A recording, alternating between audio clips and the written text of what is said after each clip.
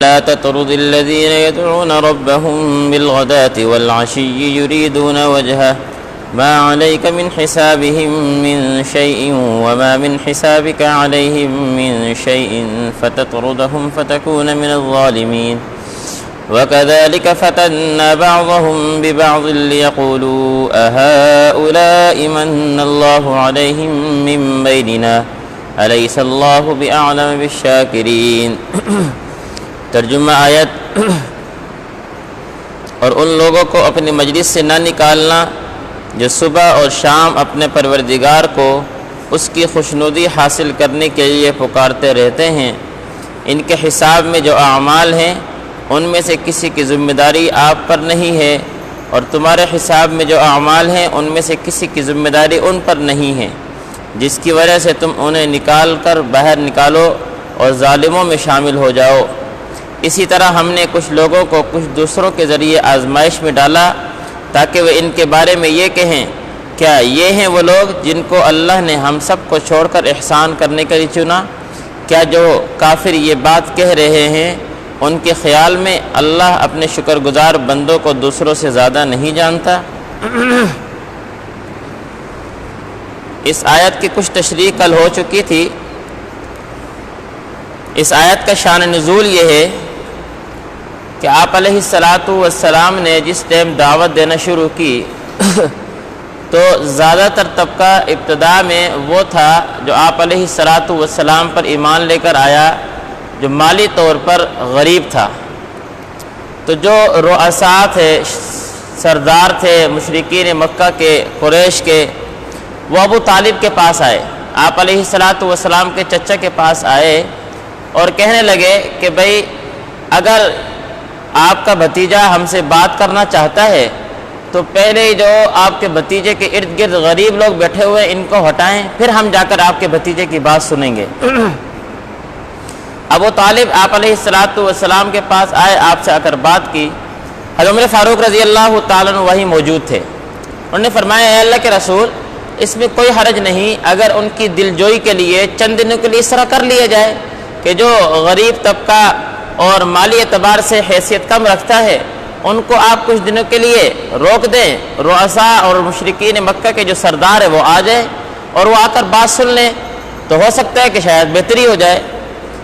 اللہ رب العزت نے یہ آیت نازل فرمائی اس موقع پر، فرمایا وَلَا تَطْرُدِ الَّذِينَ يَدْعُونَ رَبَّهُمْ بِالْغَدَاةِ وَالْعَشِيِّ يُرِيدُونَ وَجْهَهُ، کہ وہ لوگ جو اخلاص کے ساتھ خالصتاً صبح شام سے مراد یعنی ہر وقت اخلاص کے ساتھ ہر وقت اللہ کی عبادت میں لگے ہوئے ہیں اور آپ کے مجلس میں آ کر بیٹھتے ہیں، آپ کے پاس ان کا آنا جانا ہے، کیا اس لیے آپ ان کو مجلس سے ہٹا دیں کہ جو مشرکین مکہ کے امیر لوگ ہیں، سردار لوگ ہیں، وہ آ کر آپ کی بات سن لیں؟ آپ نے فرمایا کوئی ضرورت نہیں۔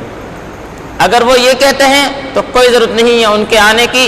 ما علیک من حسابہم من شیء وما من حسابک علیہم من شیء، وہ جو کرتے ہیں اس کا حساب آپ نے نہیں دینا، آپ جو کرتے ہیں اس کے حساب انہوں نے نہیں دینا، اس لیے اس طرح کے کرنے کی کوئی ضرورت نہیں ہے۔ جس ٹائم یہ آیت نازل ہوئی حضرت عمر فاروق رضی اللہ تعالیٰ کو پتہ چلا تو انہوں نے معذرت کی کہ میری رائے قرآن مجید کے خلاف تھی، میں کیا ہے معافی مانگتا ہوں۔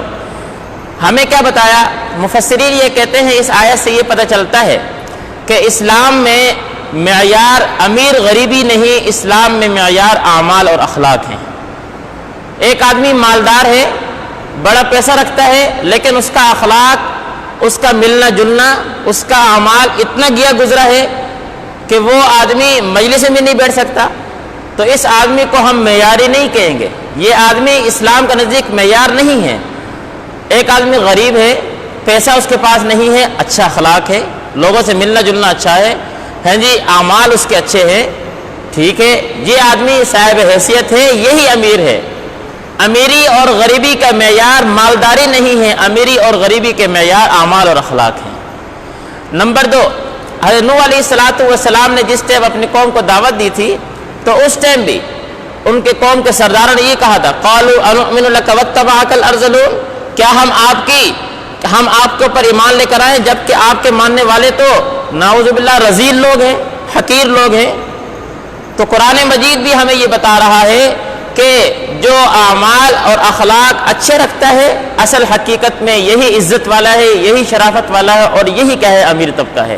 اس لیے مالدار طبقے کی وجہ سے غریب کو دھتکار دینا، مالدار طبقے کی وجہ سے غریب کو اپنی مجلس سے ہٹا دینا، فرمایا کہ نہیں، اس کا کوئی فائدہ نہیں ہے۔ نمبر 2، دوسری بات قرآن مجید نے کیا کہ وَلَا تَطْرُدِ الَّذِينَ يَدْعُونَ رَبَّهُمْ بِالْغَدَاةِ وَالْعَشِيِّ يُرِيدُونَ وَجْهَهُ، صبح شام جو اللہ کی عبادت کرتے ہیں، یریدون وجہ، وجہ سے مراد مفسرین کہتے ہیں اخلاص ہے، یعنی مفسرین یہ کہتے ہیں کہ کوئی عمل بھی بغیر اخلاص کے قابل قبول نہیں ہے۔ جب تک اس عمل میں اخلاص نہ آئے، اخلاص سے مراد بھئی یہ کام میں خالصتاً اللہ کے لیے کر رہا ہوں، اس کے علاوہ اس میں کوئی میرا مقصد نہیں، کوئی دوسری نیت نہیں ہے، تب تو وہ عمل قابل قبول ہوتا ہے۔ اگر اس میں اللہ کے علاوہ کسی اور کے لیے، اللہ کے علاوہ کسی اور کے لیے میں وہ عمل کر رہا ہوں تو وہ عمل قابل قبول نہیں ہے۔ اس لیے فرمایا کہ وہ لوگ جو آپ کے مجلس میں صبح شام آتے ہیں، اللہ کی عبادت کرتے ہیں، کس طرح؟ اخلاص کے ساتھ۔ اللہ نے فرمایا ما علیک من حسابہم من شیء وما من حسابک علیہم من شیء، جو عمل آپ کر رہے ہیں اس کا حساب و کتاب انہوں نے نہیں دینا، جو عمل وہ کر رہے ہیں اس کا حساب و کتاب آپ نے نہیں دینا۔ وہ آئیں ٹھیک ہے، نہیں آتے آپ سے کل قیامت کو نہیں پوچھا جائے گا کہ انہوں نے اسلام کیوں نہیں قبول کیا۔ آپ کی ذمہ داری صرف تبلیغ ہے، تبلیغ کر دیں، سنتے ہیں ٹھیک ہے، نہیں تو چھوڑ دیں۔ نمبر 2 آگے فرمایا وَكَذَلِكَ فَتَنَّا بَعْضَهُمْ بِبَعْضٍ لِيَقُولُوا أَهَؤُلَاءِ مَنَّ اللَّهُ عَلَيْهِمْ مِنْ بَيْنِنَا۔ اب سمجھنے کی بات یہ ہے کہ اللہ نے انسان کو عقل دی ہے، ہونا تو یہ چاہیے تھا کہ اس ٹائم کے جو رؤساء تھے، سردار تھے، وہ دیکھتے کہ ایک ایسا آدمی جس کے پاس مال نہیں، صاحب حیثیت نہیں، ہمارے معاشرے میں کم حیثیت کا مالک ہے، اس نے بھی اسلام قبول کیا، اللہ رب العزت نے اس کو کیا ہے 4 چاند لگا دیے ہیں، دنیا میں نہیں صرف آخرت کے اندر بھی کیا ہے اللہ نے اس کے نام روشن کر دیے ہیں، اللہ کی طرف سے کیا ہے ان کے نام پر سلام آ رہے ہیں، پیغام آ رہے ہیں، جنت کی بشارتیں آ رہی ہیں۔ ہونا تو یہ چاہیے تھا کہ اس چیز کو دیکھ کر یہ بھی ایمان قبول کر لیتے، لیکن جب ختم اللہ علی قلوبہم وعلی سمعہم، دلوں پر، کانوں پر، آنکھوں پر مہر لگ جائے تو پھر اللہ پر بھی اعتراضات شروع رہتے ہیں۔ کیا کہا؟ وَكَذَلِكَ فَتَنَّا، اللہ کہتے ہیں ہمیں اسی وجہ سے ان لوگوں کو آزمائش میں ڈالا۔ یہ کہنے لگے کہ ہمیں عزت دینے کے بجائے، ہمیں اپنے قریب کرنے کے بجائے جو ہم سے کم تر لوگ تھے ان کو اپنے قریب بٹھا لیا اور ہمیں پیچھے کر دیا، اللہ پر اعتراض کر رہے ہیں۔ اللہ نے فرمایا ہم نے ان کو امتحان میں ڈالا، آزمائش میں ڈالا، یہ امتحان میں ناکام ہو گئے، اور امتحان میں ناکامی کی وجہ سے جہنمی ہو کر رہ گئے۔